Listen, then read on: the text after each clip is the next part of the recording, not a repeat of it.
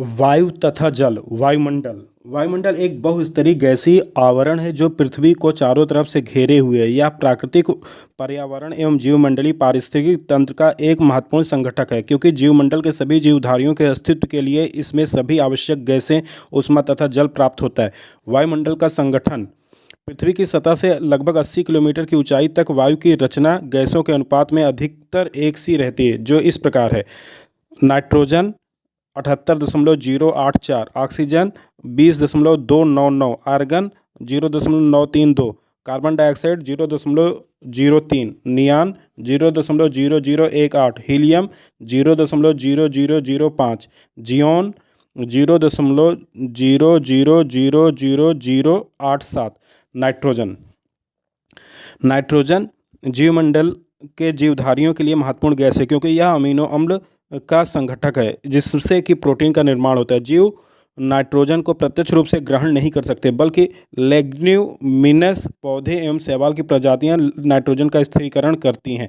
Oxygen. Oxygen रासायनिक दृष्टि से अधिक सक्रिय होता है, क्योंकि यह ऑक्सीजन की प्रक्रिया से अन्य तत्वों के साथ तुरंत मिल जाती है। यह कार्बोहाइड्रेट, वसा तथा प्रोटीन के निर्माण में महत्वपूर्ण भूमिका निभाती है। इससे पौधे प्रकाश संश्लेषण द्वारा ऑक्सीजन का निर्माण करते हैं। ऑक्सीजन का उपयोग श्वसन क्रिया, जीवाश्मों, ईंधनों एवं लकड़ी को जलाने में होता है। कार्बन डाइऑक्साइड गैसीय कार्बन डाइऑक्साइड CO2 गैसीय कार्बन डाइऑक्साइड की दो भूमिकाएं होती है। यह प्रकाश संश्लेषण में सहायक होता है। वायुमंडलीय कार्बन डाइऑक्साइड प्रवेशी सूर्य विकिरण के लिए पारदर्शी होता है, लेकिन बहिर्गामी पार्थिव विकिरण के लिए अपारदर्शी होता है और पुनः वापस लौटा देती है, जिस कारण हरित गृह प्रभाव में वृद्धि होती है। इसके कारण धरातल के तापमान में वृद्धि होती है, जिसे भूमंडलीय ऊष्मन कहते हैं। ओजोन। ओजोन वास्तव में ऑक्सीजन के अणु आइसोटोप O3 होते हैं। वायुमंडल में इसकी मात्रा बहुत कम पाई जाती है। यह पृथ्वी की सतह से 15 से 50 किलोमीटर की ऊंचाई तक पाई जाती है, परंतु इसका सर्वाधिक सांद्रण 15 से 35 किलोमीटर ऊंचाई के बीच होता है और यह सूर्य से निकलने वाली हानिकारक परावैंगनिक किरणों को अवशोषित करके कैंसर जैसी बीमारी से बचाती है। ओजोन क्षरण के लिए उत्तरदायी तत्वों से क्लोरोफ्लोरोकार्बन, हैलोजन्स, नाइट्रोजन ऑक्साइड प्रमुख है। जल वाष्प। वायुमंडल में जल वाष्प 0 से 4% तक पाया जाता है। कार्बन डाइऑक्साइड की भांति यह भी ग्रीन हाउस प्रभाव उत्पन्न करता है। धूल कण। यह वायुमंडल में आर्द्रता ग्राही नाभिक के रूप में महत्वपूर्ण होते हैं। इनके चारों ओर जल वाष्प का संघनन होता है। धूल कण के कारण ही सूर्य की किरणों का परावर्तन एवं प्रकीर्णन होता है। वायुमंडल की संरचना। वायुमंडल को तापमान के आधार पर कई मंडलों में विभाजित किया जाता है। पहला क्षोभ मंडल, दूसरा समताप मंडल, तीसरा मध्य मंडल, चौथा आयन मंडल, पांचवा बहिर्मंडल। क्षोभ मंडल, जिसको हम परिवर्तन मंडल या ट्रोपोस्फियर भी कहते हैं, यह वायुमंडल की सबसे निचली परत है। इस परत की ऊंचाई भूमध्य रेखा पर 16 किलोमीटर तथा ध्रुवों पर 8 किलोमीटर है। क्षोभ मंडल में समस्त मौसमी परिवर्तन जैसे आंधी, तूफान, वर्षा, हिमपात होते हैं, जिस कारण इसे परिवर्तन मंडल भी कहा जाता है। इस परत में प्रत्येक 165 मीटर की ऊंचाई पर जाने पर 1 डिग्री सेल्सियस ताप का ह्रास होता है, जिसे ताप की सामान्य ह्रास दर कहते हैं। क्षोभ सीमा क्षोभ मंडल एवं समताप मंडल को अलग करती है। इसकी निचली सीमा को सीमा में जेट पैमाने चलते हैं। समताप मंडल, जिसको स्ट्रेटोस्फियर कहते हैं, क्षोभ सीमा के ऊपर स्थित परत जो भूमध्य रेखा के ऊपर लगभग 18 किलोमीटर तथा ध्रुवों पर 50 किलोमीटर तक होती है, समताप मंडल कहा जाता है। इस परत के निचले भाग में तापमान स्थिर रहता है, इसलिए इसे समताप मंडल कहते हैं। यह मौसम संबंधित घटनाओं से मुक्त है, इसलिए वायुयान की उड़ान के लिए यह आदर्श परत है। यहीं पर वायुयान, हवाई जहाज वगैरह उड़ते हैं। इस मंडल में 15 से 35 किलोमीटर के बीच ओजोन गैस की परत पाई जाती है, जो परावैंगनिक किरणों का अवशोषण करती है। कभी कभी समताप मंडल के निचले भाग में मुक्ताभ मेघ, मदर ऑफ पर्ल क्लाउड विकसित होते हैं। इस मंडल की बाहरी सीमा को समताप सीमा कहते हैं। ओजोन परत की मोटाई डॉप्सन नामक पैमाने से मापी जाती है। मध्यमंडल, जिसे मेसोस्फीयर कहते हैं, मध्यमंडल का विस्तार सागर तल से 50 से 80 किलोमीटर की ऊंचाई तक पाया जाता है। इस मंडल में ऊंचाई के साथ तापमान में पुनः गिरावट होने लगती है। मध्यमंडल की ऊपरी सीमा को मेसोपॉज कहते हैं, जिसके ऊपर जाने पर तापमान पुनः बढ़ने लगता है। आयन मंडल, आयनोस्फीयर, पृथ्वी सतह से 80 से 640 किलोमीटर की ऊंचाई तक आयन मंडल पाया जाता है। ऊंचाई के साथ इस मंडल में तापमान की वृद्धि होती रहती है। यहाँ पर विद्युत चुंबकीय कण पाए जाते हैं तथा रेडियो तरंगों का परावर्तन होता है। आयन मंडल में ऊंचाई के साथ कई परतें पाई जाती हैं, जैसे D, E, F और G परत। डी परत, यह निम्न आवृत्ति का आवृत्ति की रेडियो तरंग का परावर्तन करती है। ई परत को केनवली हैवी साइड परत, यह मध्यम एवं उच्च आवृत्ति वाली रेडियो तरंगों का परावर्तन करती है। यह परत अप्लिटन परत, यह भी मध्यम और उच्च आवृत्ति वाली रेडियो तरंगों का परावर्तन करती है। बाह्यमंडल, जिसे एक्सोस्फीयर कहते हैं, वायुमंडल के ऊपर वायुमंडल की सबसे ऊपरी परत वायुमंडल कहलाती है। यह हाइड्रोजन एवं हीलियम गैसों की प्रधानता होती है। इस परत में गैसें अत्यंत विरल होती हैं और धीरे धीरे बाहरी अंतरिक्ष में विलीन हो जाते हैं। सूर्य तप, इंसोलेशन, सूर्य तप सूर्य, पृथ्वी तथा वायुमंडल की ऊष्मा का प्रधान स्रोत है। सौरिक ऊर्जा को सूर्य तप कहते हैं। पृथ्वी सूर्य से पृथ्वी इसकी कुल ऊर्जा का एक बटा 2.336 मतलब 2 के बाद 90 भाग ही प्राप्त करती है। पृथ्वी औसत रूप से वायुमंडल की ऊपरी सतह पर 1.94 कैलोरी प्रति वर्ग सेंटीमीटर प्रति मिनट ऊर्जा प्राप्त करती है। वायुमंडल का तापन, वायुमंडल की तापन क्रियाएं संवहन, विकिरण और अभिवहन हैं। संवहन, कन्वेक्शन, जब वायु पृथ्वी के अंदर संपर्क में आकार गर्म होती है तब वह लंबवत उठती है और वायुमंडल में ताप का संचरण करती है। वायुमंडल में लंबवत तापन की यह प्रक्रिया संवहन कहलाती है। संचालन, कंडक्शन, संचालन एक ऐसी प्रक्रिया जिसमें पदार्थ से होकर ताप सीधे अणु संघात के द्वारा एक उच्च ताप बिंदु से न्यून ताप के बिंदु तक स्थानांतरित होता है, किंतु स्वयं पदार्थ का संचालन नहीं होता है। जब धरातल विकिरण का अवशोषण करता है और ऊपर की वायु तापमान को गर्म करती है, उस संचालन ऊष्मा के एक भाग को वायु की निचली परत में स्थानांतरित कर देता है। वायु ऊष्मा का एक घटिया चालक है। विकिरण, यह एक ऐसी प्रक्रिया है जिसमें एक पिंड ताप के रूप में विकिरण ऊर्जा सूर्य से प्राप्त ऊर्जा उत्सर्जित करती है, जिसके कारण ताप का ह्रास होता है और शीतलन होता है। पृथ्वी अंतरिक्ष में विकिरण द्वारा ताप छोड़ती रहती है। दिन के समय सूर्य से प्राप्त सूर्य ताप की मात्रा पृथ्वी के द्वारा छोड़े गए ताप की मात्रा से अधिक होती है और इसलिए तापमान बढ़ता रहता है जब तक कि अधिकतम तक नहीं पहुंच जाता। रात्रि में इसके विपरीत अवस्था होती है, ताप कम जाता है जब तक कि न्यूनतम तक नहीं पहुंच जाता। अभिवहन, एडवेक्शन, वायु में क्षैतिज संचलन से होने वाले ताप का स्थानांतरण अभिवहन कहलाता है। मध्य अक्षांशों में दैनिक मौसम में आने वाली भिन्नताएं केवल अभिवहन के कारण होती हैं।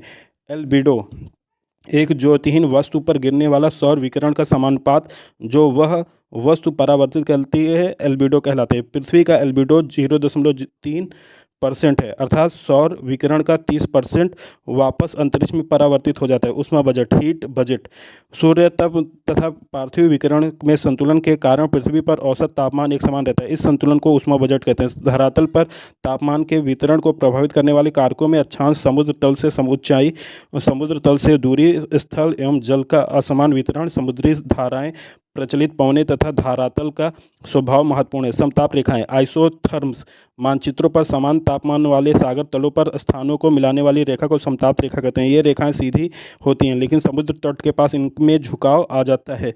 दक्षिणी गोलार्ध में जल की अधिकता के कारण समताप रेखाएं सीधी रेखाओं के रूप में होती हैं। जब ताप रेखाएं नज़दीक होती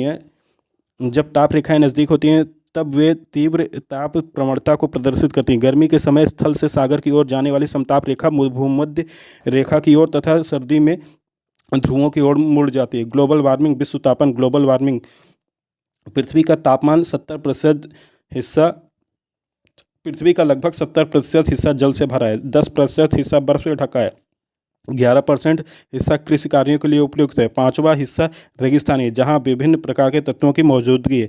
इसके वायुमंडल में अधिकतम हिस्सों पर नाइट्रोजन एवं ऑक्सीजन गैसों की अधिकता है। अन्य हिस्सों में कार्बन डाइऑक्साइड, जलवाष्प एवं अन्य गैसें हैं। वर्ष 1997 में क्योटो प्रोटोकॉल के अंतर्गत वैश्विक स्तर पर CO2 का उत्सर्जन कम करने पर सहमति बनी थी। ये पृथ्वी की स्वाभाविक गुणवत्ता है जिसे हम मनुष्यों ने अपनी लालसाओं की पूर्ति के लिए निर्मित किया है, जो पृथ्वी के अस्तित्व पर प्रश्न चिन्ह बनता जा रहा है। अमेरिका के वैज्ञानिक लोटका ने बताया था कि औद्योगिक इकाइयों से निकलने वाली कार्बन डाइऑक्साइड की मात्रा 500 वर्षों में दोगुनी हो जाएगी। 1967 में वैज्ञानिकों ने इस बात को साबित कर दिया था कि धरती का ताप बढ़ाने में कार्बन डाइऑक्साइड की महत्वपूर्ण भूमिका है। एक अध्ययन के अनुसार पिछली सदी के दौरान धरती का औसत तापमान आधा डिग्री सेंटीग्रेड बढ़ा गया था।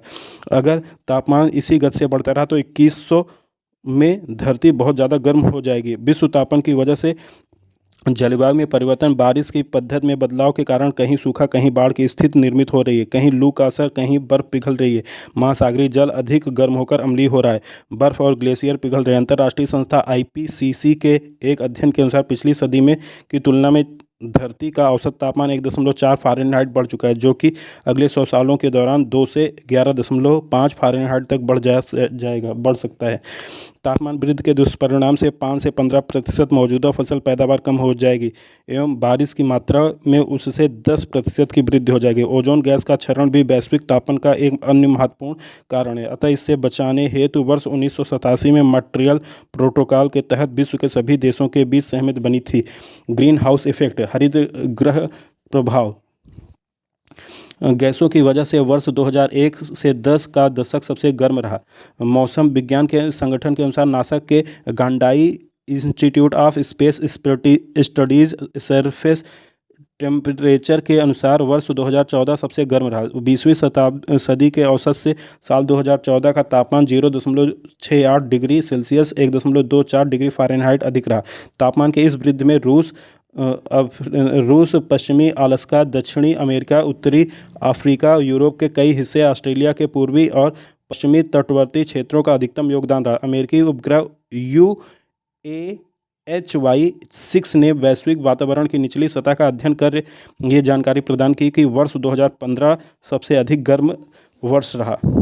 इसके पहले कि 1998 में 0.48 डिग्री सेल्सियस से अधिक तापमान था और वर्ष 2010 में 0.34 डिग्री सेल्सियस था, लेकिन 2015 में 0.27 डिग्री सेल्सियस अधिक होने से अन्य वर्षों की तुलना में इस वर्ष तापमान सबसे अधिक था। विश्व तापन, धरती उष्मायन, ग्लोबल वार्मिंग, हरित गृह प्रभाव के कारण धरती के गर्म होने के लिए कुछ हद तक सूर्य का विद्युत चुंबकीय विकिरण भी जिम्मेदार है। अगर 5 से 10% तक की भी कमी आ जाए और कार्बन डाइऑक्साइड की मात्रा के साथ अगर बादल बनने की प्रक्रिया बाधित नहीं हो तो 100 सालों में भी कम से कम पृथ्वी के चारों ओर बर्फ जम जाएगी। ग्रीन हाउस प्रभाव के कारण पृथ्वी के बढ़ते उष्णयन तापमान का सिद्धांत वर्ष 1903 में स्वांते एरिनस नामक वैज्ञानिक ने पता लगाया था। उनके अनुसार पृथ्वी पर ऐसे रासायनिक पदार्थ पाए जाते हैं जो तापमान को संतुलित करते हैं। ये ग्रीन हाउस गैस कहलाते हैं, जो प्राकृतिक एवं मानव निर्मित होते हैं, जैसे methane gas, carbon dioxide, nitrous oxide एवं जलवाष्प इत्यादि। जब सूर्य की किरणें इन गैसों पर गिरती हैं तब सूर्य किरणें वापस हो जाती हैं, किंतु तब सूर्य गैसों द्वारा सूर्य की अतिरिक्त किरणें इंफ्रारेड रेज को सोख लिया जाता है, जिससे वातावरण में गर्मी रहती है। इन गैसों की मात्रा संतुलित रहती है तो कोई नुकसान नहीं पहुंचता, किंतु इन गैसों में लगातार वृद्धि हो रही है। फलतः धरती का तापमान बढ़ता जा रहा है। ग्रीन हाउस प्रभाव को सबसे पहले जीन बैप्टिस्टे फ्यूरियर द्वारा पहचाना गया था। नासा के वैज्ञानिक के अनुसार अगर तापमान में वृद्धि को नहीं रोका गया तो हम भुनकर टोस्ट बन जाएंगे।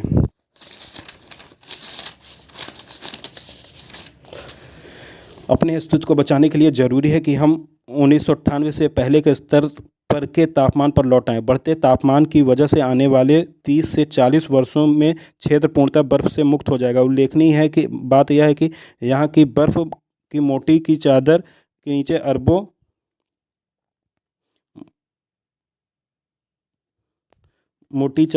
नीचे अरबों टन कार्बन जमी हुई, इसलिए बर्फ के पिघलते ही यहाँ उपस्थित कार्बन डाइऑक्साइड एवं मीथेन गैस वायुमंडल में मुक्त हो जाएगी, जिससे विश्व तापन, धरती उष्मायन में वृद्धि होगी। फलतः समुद्री तूफान, बाढ़, सूखा एवं तटीय इलाकों के जलमग्न होने की घटनाएं बढ़ जाएंगी। नाइट्रोजन चक्र। पौधों द्वारा वायुमंडलीय नाइट्रोजन को नाइट्रोजन स्थिरीकरण द्वारा विभिन्न यौगिकों में बदलकर ग्रहण किया जाता है, जिससे विभिन्न कार्बनिक यौगिकों का निर्माण किया जाता है। कुछ सूक्ष्म जीव वायुमंडलीय नाइट्रोजन का स्थिरीकरण करते हैं। इस प्रकार स्थिरीकरण नाइट्रोजन विभिन्न प्रक्रियाओं द्वारा पुनः वातावरण में दूसरे जीवों के उपयोग के लिए उपयोगी हो जाता है, लिए मुक्त हो जाती है।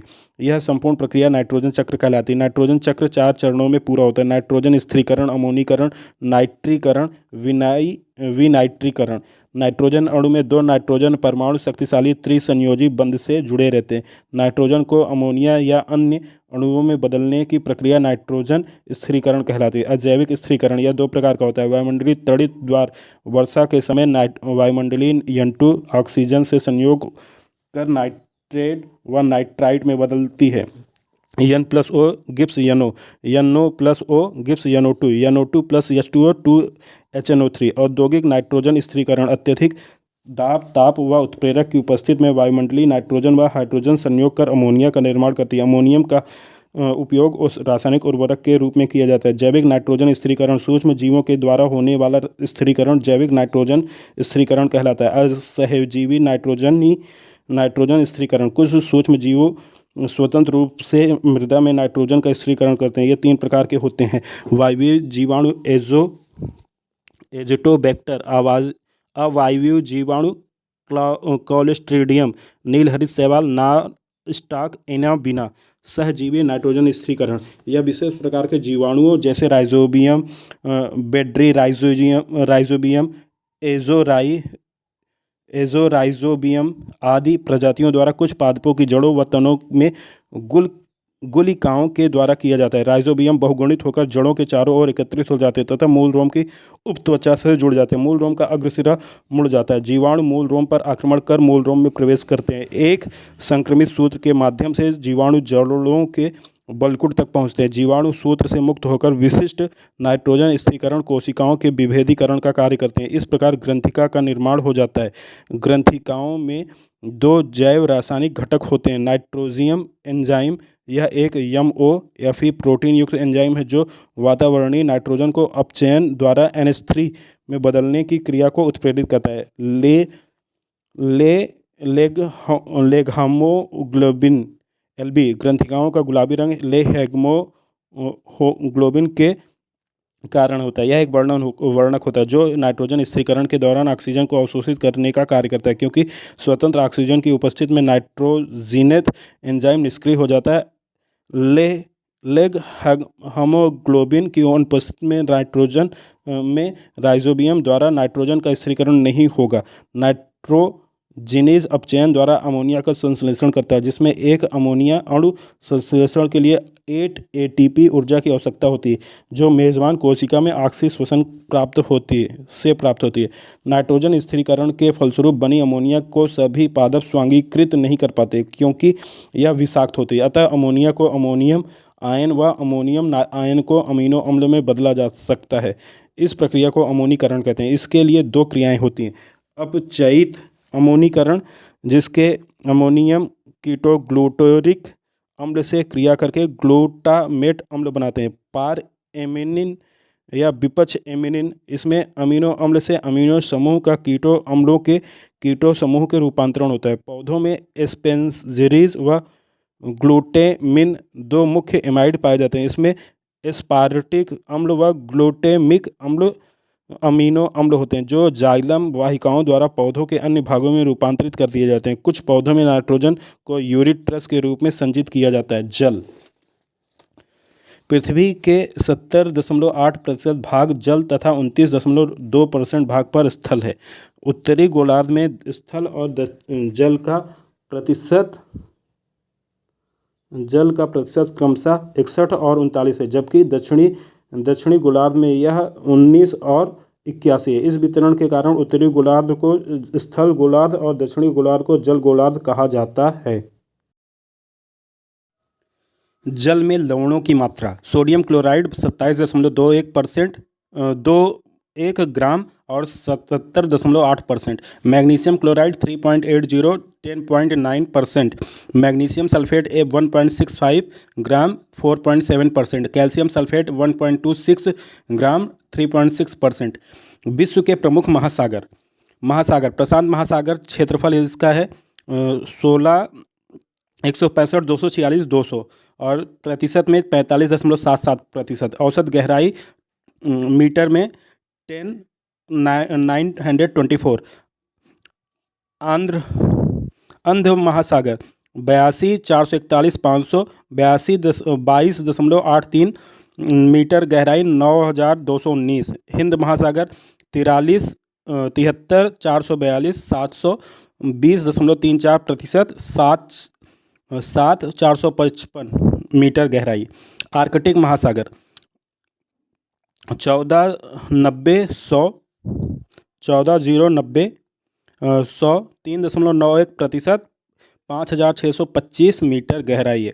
महासागरों में औसत गहराई 3800 मीटर एवं स्थल की औसत ऊंचाई 840 मीटर है। महासागरीय नितल के उच्चवच महासागरों के तल को उच्चतामीय वक्र द्वारा प्रदर्शित किया जाता है। इसके आधार पर सागरीय नितल के 4 प्रमुख उच्चवच मंडल पाए जाते हैं। ये हैं महाद्वीपीय मग्न तट, यह महाद्वीप के किनारे वाला भाग है जो महासागरीय जल में डूबा रहता है। इसकी औसत चौड़ाई 80 किलोमीटर, गहराई 150 से 200 मीटर तथा ढाल 1 डिग्री या उससे कम होता है।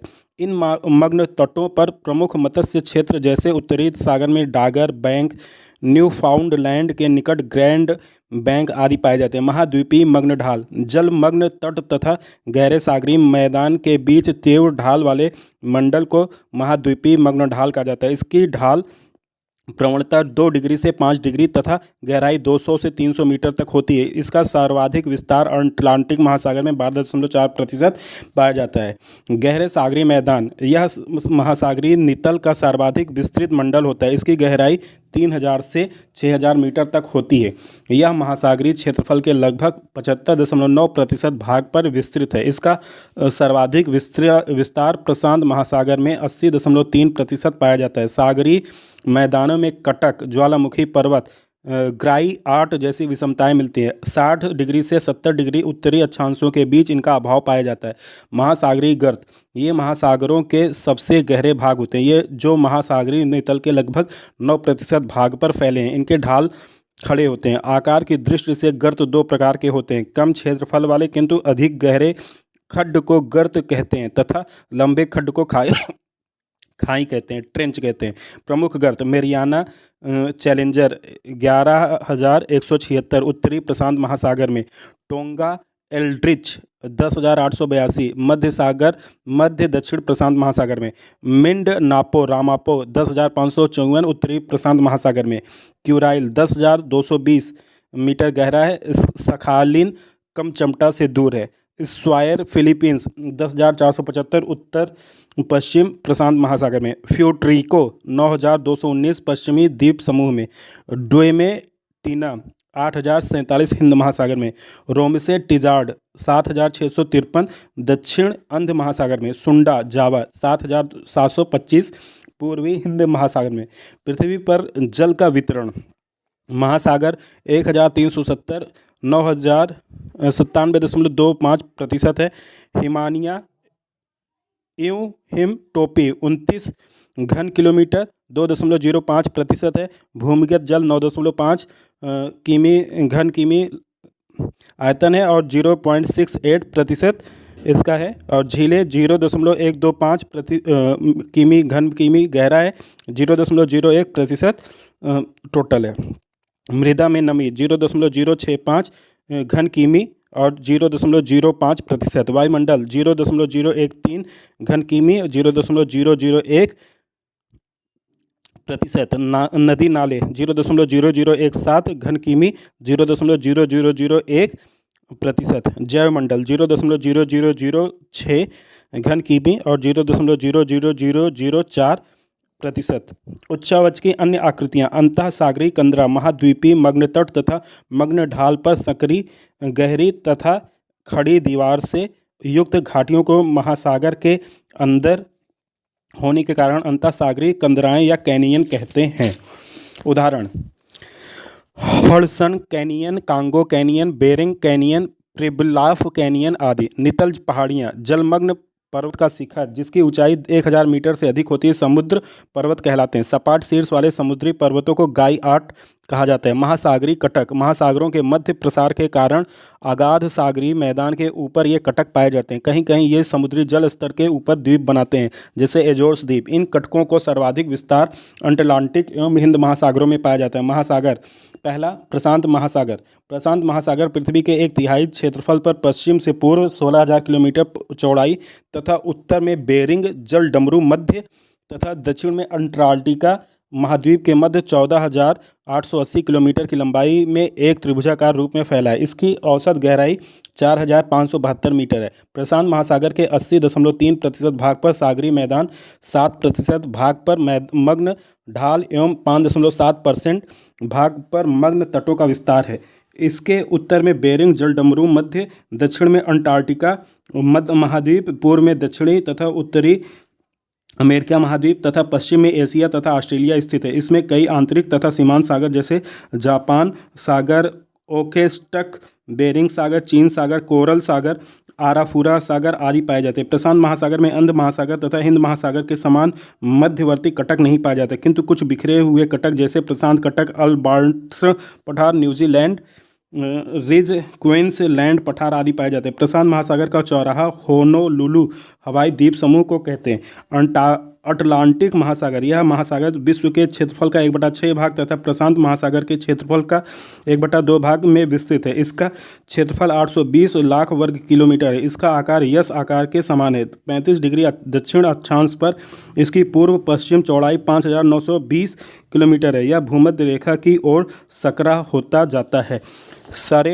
साओ रॉक अंतर्द्वीप तथा लाइबेरिया तट के बीच इसकी चौड़ाई 2560 किलोमीटर है। अटलांटिक महासागर के 54.4% भाग पर सागरी मैदान, 13.6% भाग पर मग्न तट एवं 12.4% भाग पर मग्न ढाल का विस्तार है। इसके उत्तर में ग्रीनलैंड, हडसन की खाड़ी, बाल्टिक सागर तथा उत्तरी सागर स्थित है। दक्षिण खुला है। पूर्व में यूरोप तथा अफ्रीका एवं पश्चिम में उत्तरी तथा दक्षिणी अमेरिका स्थित है। अटलांटिक महासागर के मग्न तट पर कई सीमांत सागर एवं असंख्य द्वीप पाए जाते हैं। सीमांत सागर बाल्टिक सागर, उत्तरी सागर, हडसन की खाड़ी, डेनमार्क जलडमरू मध्य, डेविस जलडमरू मध्य आदि।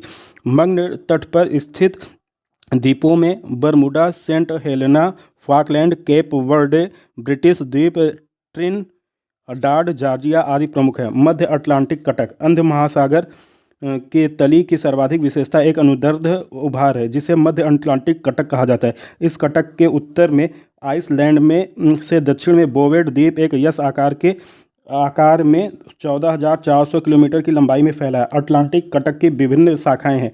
डॉल्फिन उभार भूमध्य रेखा के उत्तर में स्थित चैलेंजर उभार भूमध्य रेखा के दक्षिण में स्थित है। विविल टॉमसन कटक, यह आइसलैंड और स्कॉटलैंड के बीच स्थित है। टेलीग्राफिक पठार, यह ग्रीनलैंड के दक्षिण में स्थित है। न्यूफाउंडलैंड उभार 50 डिग्री उत्तरी अक्षांश के पास मध्य अटलांटिक कटक न्यूफाउंडलैंड उभार कहलाता है।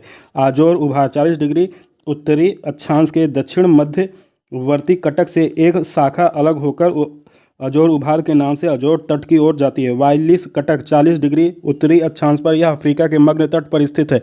राइव ग्रैंडी उभार, यह दक्षिण अमेरिका के ओर उन्मुख मध्यवर्ती कटक में कई चोटियां सागर के ऊपर दृष्टिगत होती हैं जैसे अजोर्स का पिको द्वीप तथा केप वर्डे द्वीप। अटलांटिक महासागर में बहुत कम द्वीप पाए जाते हैं। इनमें प्रमुख हैं दक्षिण सैंडविच खाई, केप वर्डे गर्त, प्यूर्टो रिको गर्त, रोमांस गर्त आदि। हिंद महासागर चारों ओर महाद्वीपीय भागों, उत्तर में एशिया, पश्चिम में अफ्रीका, पूर्व में एशिया, दक्षिण पूर्व में ऑस्ट्रेलिया तथा दक्षिण में अंटार्कटिका से घिरा है। इसे अर्ध महासागर भी कहा जाता है। इसका क्षेत्रफल 7.34 करोड़ वर्ग किलोमीटर एवं इसकी औसत गहराई 3,873 मीटर है। हिंद महासागर के 80.1% भाग पर सागरी मैदान, 6.5% भाग पर ढाल तथा 4.2% भाग पर मग्न तट का विस्तार है। सीमांत सागरों में मोजाम्बिक, चैनल, अंडमान सागर, लाल सागर, फारस की प्रमुख खाड़ी प्रमुख है। मध्यवर्ती कटक, इस महासागर में भारत के दक्षिण से शुरू होकर मध्यवर्ती कटक दक्षिण में अंटार्कटिका तक क्रमबद्ध रूप से उत्तर से दक्षिण दिशा में फैला है, जो इस प्रकार है। सोकोन्ना, Chagos, Seychelles, Saint Paul, Amsterdam, Bharat, Antarctica, Kerguelen, Gaussberg, Madagascar आदि। कटक पर स्थित द्वीप मध्यवर्ती कटक पर क्रमशः लंका द्वीप, Maldives, Chagos, New Amsterdam, Saint Paul, Kerguelen आदि द्वीप पाए जाते हैं। अन्य बिखरे कटकों पर द्वीपों में प्रिंस एडवर्ड, क्रोजेट आदि प्रमुख हैं। हाल ही में कार्लसबर्ग कटक का पता चला है जो अरब सागर को 2 बराबर भागों में बांटता है। महासागर तापमान में लवणता। महासागरीय तापमान, महासागरीय जल का तापमान वनस्पति तथा जीव जगत दोनों के लिए महत्वपूर्ण होता है तथा यह तटवर्ती स्थलीय भागों की जलवायु को प्रभावित करता है। महासागरीय जल का औसत तापांतर नगण्य लगभग 1 डिग्री सेल्सियस होता है। उच्चतम तापमान शाम को 2 बजे एवं न्यूनतम तापमान 5 बजे होता है। सागरीय जल का उच्चतम वार्षिक तापमान अगस्त में तथा न्यूनतम फरवरी में पाया जाता है। महासागरीय जल के तापमान के वितरण को कई कारक प्रभावित करते हैं। अक्षांश: भूमध्य रेखा से उत्तरी ध्रुव तथा दक्षिणी ध्रुव की ओर जाने से सतही जल का तापमान घटता है, क्योंकि ध्रुवों की ओर सूर्य की किरणें तिरछी होती जाती हैं। जल एवं स्थल के वितरण में असमानता: उत्तरी गोलार्ध में स्थल की अधिकता एवं दक्षिणी गोलार्ध में जल की अधिकता के कारण समान तापमान वितरण होता है। उत्तरी गोलार्ध में गर्म स्थल के संपर्क में आने से महासागर अधिक ऊष्मा प्राप्त कर लेता है, जिस कारण यहाँ का तापमान दक्षिणी गोलार्ध की अपेक्षा अधिक रहता है। एवं निम्न अक्षांशों में स्थलीय भागों से घिरे सागरों का तापमान अधिक होता है, जैसे भूमध्य सागर 26.6 डिग्री सेल्सियस तथा लाल सागर 37.8 डिग्री सेल्सियस तथा फारस की खाड़ी 34.4 डिग्री सेल्सियस होता है। पवन: विंड: व्यापारिक हवाओं की पेटी में महासागरों के पूर्वी भाग में कम तापमान तथा पश्चिमी भाग में अधिक तापमान होता है। पछुआ पवन की पेटी में महासागरों के पूर्वी भाग में अधिक तापमान होता है। महासागरीय धाराएं: जिस स्थान पर गर्म धाराएं पहुंचती हैं वहां का तापमान बढ़ जाता है, जैसे गल्फ स्ट्रीम उत्तरी अमेरिका के पूर्वी तट का तापमान बढ़ा देती है। ठंडी धाराएं और तापमान को नीचा कर देती हैं, जैसे लेब्राडोर ठंडी धारा उत्तरी अमेरिका के उत्तरी पूर्व तट के तापमान को हिमांक के पास पहुंचा देती है। महासागरों की सतह के जल का औसत तापमान लगभग 27 डिग्री सेल्सियस होता है। बढ़ते हुए अक्षांश के साथ तापमान 0.5 डिग्री सेल्सियस प्रति अक्षांश घटता है। उत्तरी गोलार्ध का औसत वार्षिक तापमान 19 डिग्री सेल्सियस तथा दक्षिणी गोलार्ध में 16 डिग्री सेल्सियस होता है। महासागरीय लवणता: सागरीय जल के भार एवं उसमें घुले हुए पदार्थों के भार के अनुपात को सागरीय लवणता की प्रति 1000 ग्राम जल में स्थित लवण की मात्रा प्रतिशत के रूप में दर्शाया जाता है, जैसे 25%, अर्थात 1000 ग्राम सागरीय जल में 25 ग्राम लवण की मात्रा है। यह प्रतिशत नहीं है बल्कि मात्रा है। महासागरीय लवण के प्रमुख घटक: सोडियम क्लोराइड 27.213, ये 1000 ग्राम में से है और प्रतिशत है 27.8%। मैग्नीशियम क्लोराइड 3.807 और 10.9% है। मैग्नीशियम सल्फेट 1.658 ये ग्राम है और 4.7% है। कैल्शियम सल्फेट 1.260 ये ग्राम है और 3.6% है। पोटेशियम सल्फेट 0.863 ये क्या है, ग्राम है और 2.5% है। कैल्शियम कार्बोनेट 0.123 ये ग्राम है और 0.3% है। मैग्नीशियम ब्रोमाइड 0.076 ये ग्राम है और 0.2% ये क्या है, प्रतिशत में। महासागरीय लवणता अधिक होने पर जल का क्वथनांक अधिक तथा हिमांक कम होता है। सागरीय लवणता के कारण जल का घनत्व भी बढ़ता है। लवणता अधिक होने से वाष्पीकरण न्यून होता है। महासागरीय लवणता के स्रोत: पृथ्वी महासागरीय लवणता का मुख्य स्रोत है। नदियाँ सागर तक लवण पहुंचाने वाली प्रमुख कारक हैं। पवन भी स्थल से सागर तक नमक पहुंचाने का कार्य करती है। ज्वालामुखी से निःसृत राखों से भी कुछ लवण प्राप्त होते हैं। महासागरीय लवणता के नियंत्रक कारक: बड़ी नदियां महासागर के तटीय जल की लवणता को कम कर देती हैं। वर्षा भी लवणता को कम कर देती है। सागरीय हिम के पिघलने से लवणता में कमी आ जाती है। वाष्पीकरण से सागरीय लवणताओं में वृद्धि होती है। प्रति चक्रवाती दशा एवं उच्च वायुमंडलीय दाब से सागरीय लवणता बढ़ती है। उच्च अक्षांशों क्षेत्रीय ध्रुवीय क्षेत्रों में सागरीय जल के जमने से तथा हिम के निर्माण के कारण सागरीय लवणता में मामूली वृद्धि होती है, परंतु हिम के पिघलने पर लवणता में कमी होती है। विभिन्न सागरों में लवणता: वान झील तुर्की 330%, मृत सागर 238%, ग्रेट साल्ट लेक USA 220%, कारा बोगेज खाड़ी 170%, सांभर झील राजस्थान 205%, कैस्पियन सागर का दक्षिणी भाग 195%, कैस्पियन सागर का उत्तरी भाग 23% और लाल सागर 40% है। समलवण आइसोहेलेनिन: समलवण रेखाएं वे रेखाएं होती हैं जो कि सागरों की सतह पर समान लवणता वाले क्षेत्रों को मिलाती हैं। जल और उसका महत्व: जल प्रकृति से विरासत में मिला वह संसाधन है जो ब्रह्मांड में सृष्टि को बनाए रखने में महत्वपूर्ण ही नहीं बल्कि एक आवश्यक घटक की भूमिका निभाता है। जल है तो जहान है, इसके विपरीत जल नहीं तो कुछ भी नहीं। वस्तुतः जल ही जीवन है। गौची के अनुसार प्रत्येक वस्तु जल से ही उत्पन्न हुई और प्रत्येक वस्तु जल के द्वारा ही जीवित है। जितने भी जीवधारी प्राणी व पौधे हैं उनकी संरचना में पानी का एक बड़ा भाग है। मनुष्य के स्वयं की बनावट 65% पानी है। यही नहीं बल्कि उसकी संपूर्ण क्रियाओं में और उसके स्वयं के रखरखाव में भी पानी का महत्वपूर्ण योगदान होता है। यह हड्डियों के बीच जोड़ों को चिकना बनाए रखने है ताकि वो आपस में रगड़ कर एक दूसरे को हानि न पहुँचाएं।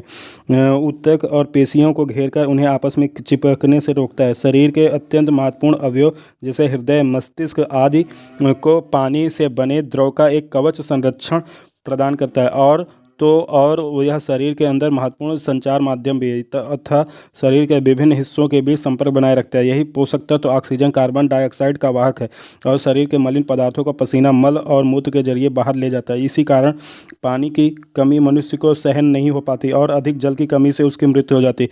पेड़ और वनस्पतियों में हरियाली इसी के कारण है। फल फूल, सब्जी और कोई भी प्रकृति उत्पन्न होने वाली वस्तु जल के बिना हो सके यह संभव नहीं है। इसके बाद इसकी वृद्धि और उपयोगिता भी केवल जल के कारण ही है।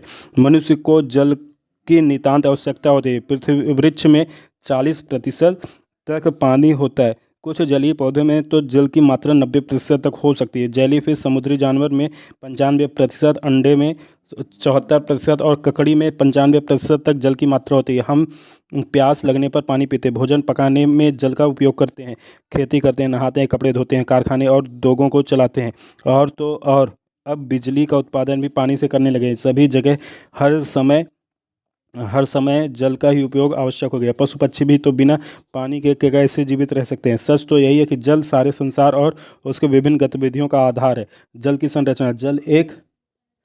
जल एक यौगिक है जिसका अणु हाइड्रोजन के 2 परमाणुओं तथा ऑक्सीजन के 1 परमाणु के मिलने से बना है। यौगिक होने के कारण इनकी संगठनात्मक रचना H2O में कोई अंतर नहीं होने का प्रश्न ही नहीं। लेकिन चूंकि यह एक अच्छा विलायक है अतः स्थान, वातावरण एवं अनेक क्रियाकलापों में कई चीज़ें इसमें मिल जाती हैं और यह अशुद्ध हो जाता है। यह विशुद्ध जल का ही सामान्यतः मिलना बहुत कठिन हो गया। प्रयोगशालाओं के उपयोग हेतु आवश्यक आसवन क्रिया से शुद्ध जल प्राप्त किया जा सकता है। जल के गुणधर्म। शुद्ध जल रंगहीन, स्वादहीन, गंधहीन, हानिकर रासायनिक और जीवाणुओं से मुक्त तथा पारदर्शी होता है। यह हल्का होता है। यद्यपि इसका घनत्व आदर्श स्थिति में 4 डिग्री सेल्सियस पर 1.01 ग्राम प्रति घन सेमी होता है, पर तापमान कम होने के साथ साथ घनत्व कम होता जाता है। स्पष्ट है तभी बर्फ के रूप में जल पानी की सतह पर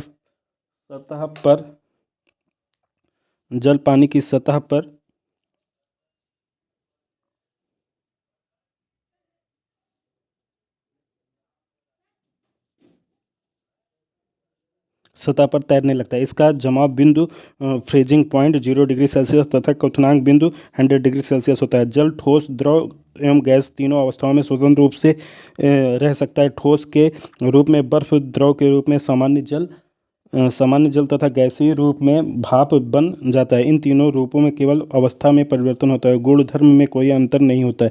जल की उपलब्धता। भूमि मंडल में जल के अपार भंडार है। इसकी विशालता का अनुमान इसी से लगाया जा सकता है कि वायुमंडल और स्थलमंडल के मध्य एक आवरण की तरह पृथ्वी को सब ओर से घेरे हुए यह पूरी पृथ्वी का 7/10 भाग है और आयतन में लगभग 1460 मिलियन घन किलोमीटर, 1 अरब 40 करोड़ घन किलोमीटर है।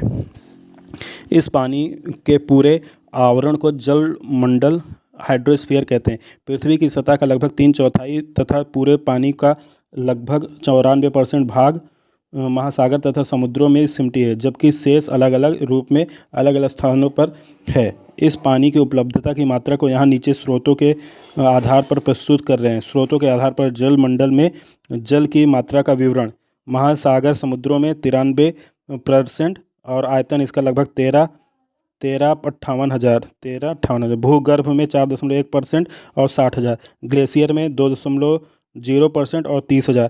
सतही जल, मिट्टी की आर्द्रता तथा वायु में जलवाष्प आदि, झील, नदी, झरने सहित 0.9% 12,000।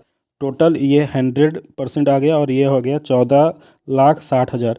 इसमें झीलों, नदी वह अन्य शुद्ध जल की मात्रा केवल 0.052% ही है, अर्थात 7,60,000 घन किलोमीटर है। पीने के पानी की कुल मात्रा जो वाष्पीकरण तथा निर्जलन प्रक्रिया से अंतिम रूप में उपलब्ध होती है उसकी वार्षिक कुल मात्रा केवल 37,000 घन किलोमीटर है, जिसमें से वर्तमान में केवल आधे अर्थात 18,700 घन किलोमीटर पानी का ही उपयोग किया जा रहा है। विभिन्न स्रोतों से प्राप्त जल के गुणधर्म। यह एक प्राकृतिक पदार्थ है जो हमें विभिन्न साधनों से प्राप्त होता है। इसके उपयोग तथा इसके महत्व की चर्चा हम पहले भी कर चुके हैं। अब इसके कुछ गुणधर्मों की चर्चा कर लेते हैं। महासागर तथा समुद्री जल, यह जल खारा तथा अनेक लवणों से युक्त है। स्थिर जल के अलावा वर्षा तथा नदियों के जल में के मिलने से अनेक प्रकार के वायुमंडल तथा सतही गंदगियाँ इसमें आ मिलती हैं। अतः यह न पीने योग्य होता है और न किसी उद्योग अथवा खेती के काम आ सकता है। इसमें एक विभिन्न प्रतिशत chlorine, sodium, magnesium, sulphur, calcium, potassium, bromine, strontium और बोरान के घुलनशील लवण होते हैं। इनके अतिरिक्त कार्बन, सिलिकॉन, एल्युमिनियम, फ्लोरीन तथा आयोडीन भी सूक्ष्म मात्रा में मिश्रित होते हैं। अघुलनशील तथा तैरने वाले पदार्थों की कुछ मात्रा विशेष के आधार पर हो सकती है, क्योंकि उद्योगों और अनेक प्रकार के कारखानों से निकले हुए अपशिष्ट भी अंततः इन्हीं में जा मिलते हैं। पानी की अधिकतम विशाल मात्रा लगभग 93% लिए यह आवागमन के लिए सहायक साधन के अतिरिक्त पानी के जानवरों, विभिन्न प्रकार की मछलियों की प्राप्ति के लिए भी साधन बन जाते हैं। नदियों का जल, पहाड़ों की बर्फ से पिघला हुआ पानी व वर्षा का पानी नदियों के रूप में पृथ्वी पर बहने लगता है। इसमें रास्ते की गंदगी और अनेक अनचाही वस्तुएं मिल जाती हैं। नदी के किनारे बसने वाले लोग इसमें कपड़े धोते हैं, बर्तन मांजते हैं और अपने घरों का कूड़ा करकट तथा गंदे पानी को भी इसी में डाल देते हैं। इस प्रकार साफ सुथरा पानी गंदा और पीने के अयोग्य हो जाता है। लेकिन पीने के पानी निरंतर और अधिक आवक से यह शुद्धियाँ कम हो जाती है और इसे कहीं कहीं छोड़ या अन्य स्थानों से पीने के काम में ले लेते हैं। अपने देश में यह जल प्राप्त करने का एक मुख्य साधन है। वर्षा का जल, समुद्र तथा पृथ्वी की सतह से वाष्प बनकर जल ऊपर वायुमंडल में जाता है तथा वहां से आर्द्रता पाकर वर्षा के रूप में जमीन पर आ गिरता है। सामान्यतः इसमें कोई अशुद्धि नहीं होती और इस पानी का संचय करके पूरे वर्ष पीने के योग्य तथा अन्य घरेलू कामों में उपयोग कर लेते हैं। भारत जैसे देश में जहां पानी प्राप्त करने के बहुत साधन सीमित हैं, वहां इसे बहुत निरापद और श्रेष्ठ मानते हैं। खेती में भी इस पानी का अधिक से अधिक उपयोग होता है। यह पानी भूमिगत जल से में भी वृद्धि करता है और कुएं और तालाबों में पानी की आपूर्ति में सहायक होता है। वर्तमान में जहां उद्योगों तथा कारखानों से निकली हुई प्रदूषित गैस जल वायुमंडल में इस बरसते पानी में मिल जाते हैं तथा यह वर्षा का पानी अशुद्ध हो जाता है, विशेषकर सल्फर डाइऑक्साइड तथा नाइट्रोजन के ऑक्साइड के साथ, तो यह क्रमशः सल्फ्यूरिक तथा नाइट्रिक अम्ल बनाता है और जो इमारतों को, खड़ी फसलों को हानि पहुंचाते हैं। झीलों का जल, यह पृथ्वी की सतह पर प्राकृतिक रूप से बने हुए पानी के भंडार हैं। इनका पानी शुद्ध, स्वच्छ, मीठा और पीने योग्य होता है। अन्य अनेक घरेलू कार्य हेतु इसका उपयोग करते हैं। तालाब या पोखरों का जल, गांव के निचले स्थानों पर वर्षा के पानी को इकट्ठे होने का स्थान मिल जाता है और यहाँ स्थानीय संग्रहित पानी का भंडार होता है। इसे सामान्यतः पोखर कहते हैं। किनारों पर लोगों के सुविधा के लिए पक्का कर देने से इसी को तालाब के नाम से बोलते हैं। गाँवों में पानी का यह एक आम और ख़ास साधन होता है, लेकिन पशुओं के सीधे इसमें घुसकर पानी पीने से, लोगों द्वारा कपड़े धोने से और कई प्रकार की गंदगियां फैलने से पानी अशुद्ध हो जाता है, जो कि पीने योग्य नहीं रहता है। झरनों का जल, वर्षा का जल पहाड़ी चट्टानों के बीच इकट्ठा हो जाता है, फिर धीरे धीरे यह किसी स्थान से गिरने लगता है और अत्यंत निर्मल और शुद्ध जल होता है, जिसे सीधे पीने के काम में ले सकते हैं। कुओं का जल, वर्षा का जल जमीन द्वारा सोख लिए जाने पर भूमिगत जल बन जाता है। अतः जब जमीन को खोदते हैं तो यह पानी निकल आता है और खोदे हुए स्थान कुएं कहलाते हैं। इसमें पानी की सीमित मात्रा होती है, लेकिन काम लेने में यह प्राकृतिक रूप से भूमिगत जल से अपना स्तर निरंतर बनाए रखता है। ये स्रोत पीने तथा खेती के लिए समान रूप से काम में आते हैं। इन कुओं को अधिक गहरा करने पर इनका पानी की मात्रा को बढ़ा सकते हैं। ऐसे गहरे कुएं जिनका पानी कभी नहीं समाप्त होता पाताल तोड़ कुएं कहलाते हैं, क्योंकि ये सीधे भूमिगत जल के भंडारों से मिल जाते हैं। बावड़ियों का जल, जिन कुओं का आकार बड़ा होता है और जहाँ पानी तक पहुँचने के लिए सीढ़ियाँ बनी होती हैं, वो बावड़ियाँ कहलाती हैं। इनका स्रोत तथा उपयोग दोनों ही कुओं के प्रकार का होता है। अंतर केवल इतना है कि कुओं से पानी किसी रस्सी या हैंडपाइप द्वारा खींचकर निकाला जाता है। ये वही बावड़ियों से सीधे किसी बर्तन से लिया जा सकता है। बावड़ियों में लोगों के पानी से सीधा संपर्क होने से प्रदूषित हो जाता है। अपने देश के राजस्थान जैसे प्रदेशों में जहां पूर्व में बावड़ियों का बहुत चालन रहा, वहां के लोग नारू रोग से ग्रसित होते रहे हैं, जो अत्यंत जानलेवा और ख़राब रोग है। यदि इन्हें ढक कर रखें और इनका उपयोग ठीक हो तो पेयजल पूर्ति के अच्छे साधन होते हैं। नदी का जल, बड़े बड़े पानी के भंडार जैसे झील अथवा बांध अथवा गहरे कुएं के पानी को मशीनों द्वारा खींचकर उसे सुविधाजनक तकनीक से शुद्ध कर शहर या गांव के किसी ऊंचे स्थान पर बनाई गई टंकियों में पहुंचा दिया जाता है, यहाँ से पाइपों द्वारा घर घर में उपलब्ध पानी करा दिया जाता है।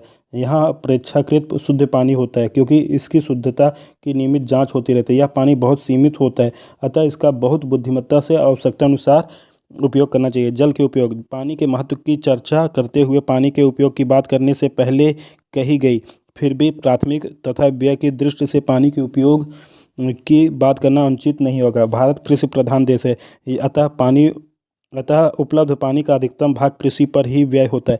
उस पर भी बढ़ती आबादी के कारण पिछले दिनों से अधिक अन्न उपजाने की आवश्यकता महसूस हुई है। इससे कृषि कार्य हेतु और अधिक पानी व्यय होने लगा है। देश का लगभग 60 से 70% जल इसी कार्य हेतु व्यय होता है। दूसरे स्थान पर उद्योगों अथवा विभिन्न कारखानों में पानी का प्रयोग होता है। इनमें बहुत पानी व्यय होता है क्योंकि पानी के यहाँ विविध उपयोग हैं। संयंत्रों को ठंडा करने के अतिरिक्त उत्पाद की प्रक्रियाओं में भी पानी का भारी उपयोग होता है।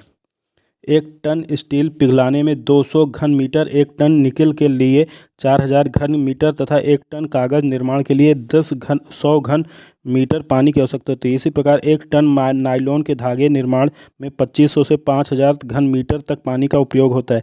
शुद्ध पानी को संयंत्र दूषित अथवा प्रदूषित कर बाहर निकालते हैं, जो सामान्यतः पीने के पानी के स्रोतों से जा मिलते हैं। पर्यावरण के दृष्टिकोण से यह ठीक नहीं है तथा स्वास्थ्य के लिए हानिकारक है। उद्योग चलाने वालों को इस निकलने वाले पानी को उपचार के बाद ही किसी स्रोत से मिलने देना चाहिए। अपने देश में इस क्षेत्र में पानी की खपत 15 से 20% तक ही है क्योंकि यहाँ उद्योग बहुत सीमित है। रूस में जहाँ उद्योगों की भरमार है वहाँ का व्यय प्रतिशत 85 है।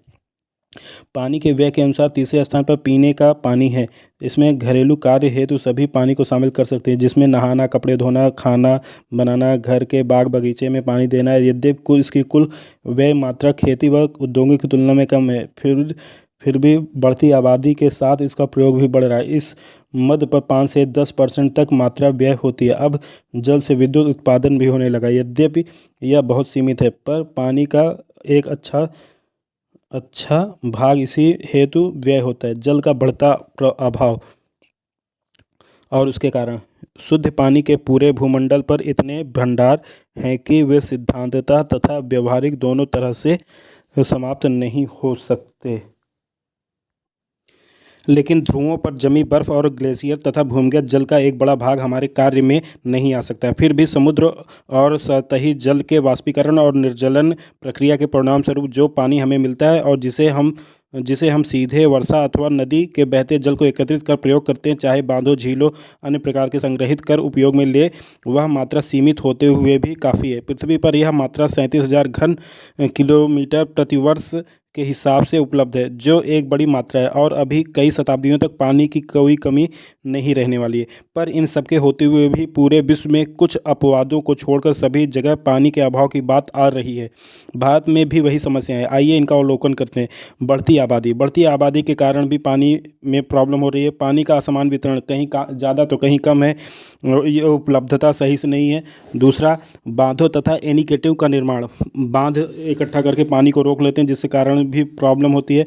पानी का अधिक उपयोग करना, पानी का दोहन करते हैं, जब हम ज़्यादा यूज नहीं रहता फिर भी पानी को हम वेस्ट करते रहते हैं, उससे भी होता है। और उसके बाद पानी का प्रदूषण करते हैं, पानी प्रदूषित हो जाता है। वर्षा जल को नहीं रोक पाते। जल के सही उपयोग हेतु सुझाव देना चाहिए।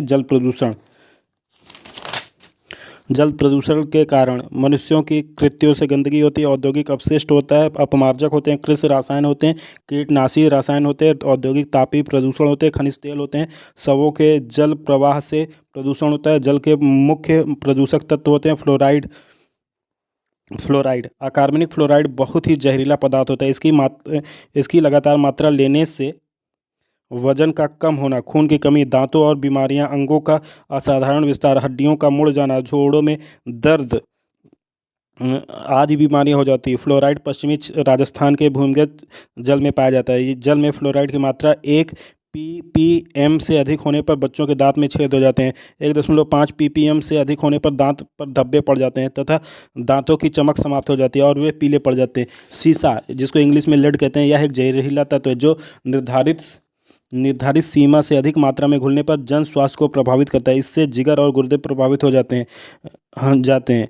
महिलाओं में गर्भपात, हीमोग्लोबिन की कमी और मानसिक ह्रास जैसी बीमारियां हो जाती हैं। पारा, मरकरी जैसे प्रोटोप्लाज्मिक जहर है जो रक्त संचरण तंत्र में अवशोषित होने के बाद लीवर, गुर्दा, स्प्लीन एवं हड्डी में जमा हो जाता है। इससे मुंह एवं मसूड़ों पर बुरा असर पड़ता है। अम्लीय पारा बहुत अधिक जहरीला होता है। पारे के किसी भी यौगिक की मात्रा लगातार शरीर में जाने से मिनीमाता रोग हो जाता है। पारे से मिनीमाता रोग होता है। फिनोल, यह कार्बनिक एवं अत्यंत जहरीला पदार्थ है। यह त्वचा एवं अन्य झिल्ली को बहुत प्रभावित करता है। 60 इंच क्षेत्र त्वचा पर फिनोल के प्रभाव से ही मनुष्य की मृत्यु हो सकती है।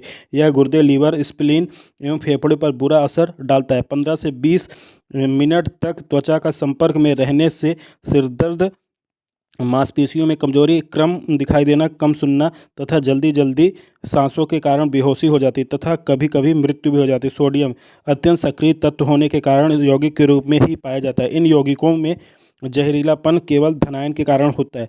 जस्ता स्वयं जहरीला नहीं होता परंतु इसके यौगिक थोड़े जहरीले होते हैं। जब जस्ते को गर्म किया जाता है तो जिंक ऑक्साइड बनता है जिससे ब्रास फाउंडर रोग हो जाता है। ब्रास फाउंडर रोग जिंक से होता है एवं ब्राचिलिस नामक बीमारी हो जाती है। ब्राचिलिस भी जिंक से होता है। जिंक क्लोराइड की अधिक मात्रा फेफड़ों को खराब कर देती है। जिंक ऑक्साइड की अधिक मात्रा फेफड़ों को खराब देती है। जिंक ऑक्साइड की अधिक मात्रा से तेज उल्टियाँ होने लगती है। नाइट्राइड, यह बहुत खतरनाक पदार्थ है जिससे बच्चों में ब्लू बेबी नामक रोग हो जाता है। ब्लू बेबी नाइट्राइड बीमारी हो जाती है। उल्टियाँ होना, ये सभी चीज़ें हो जाती है।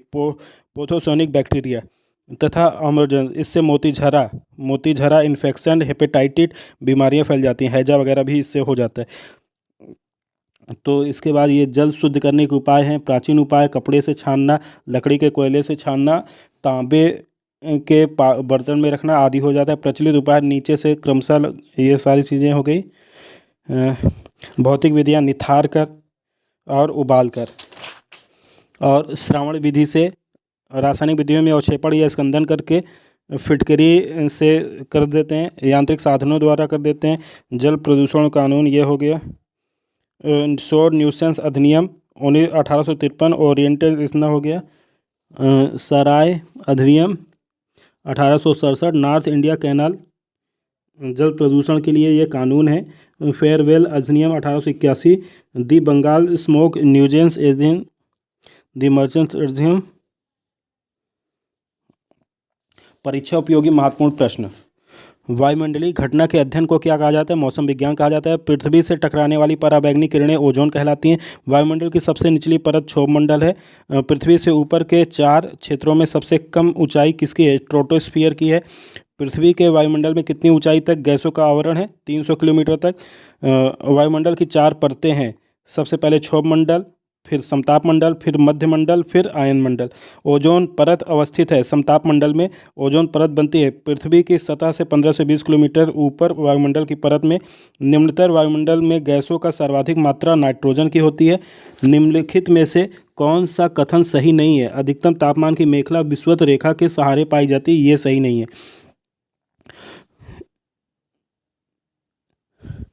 वायुमंडल की में नमी की मात्रा अक्षांश से संबंध है, ये सही है। और नमी को जल वाष्प के रूप में रखने के क्षमता तापमान में संबद्ध है, ये भी सही है। ये इसका स्पष्टीकरण है। निम्नलिखित में से कौन सी ग्रीन हाउस गैस है? Carbon dioxide green house gas है। वायु में नाइट्रोजन गैस का प्रतिशत 78% है। ओजोन ऑक्सीजन का एक अपर रूप है। पृथ्वी की सतह वह भाग है जो पानी से ढका है, लगभग 2/3। हमारे जल मंडल का सबसे बड़ा भाग प्रशांत महासागर है। सागरीय जल की लवणता में किसका अधिकतम योगदान है? सोडियम क्लोराइड का। संसार का सबसे गहरा महासागर कौन सा है?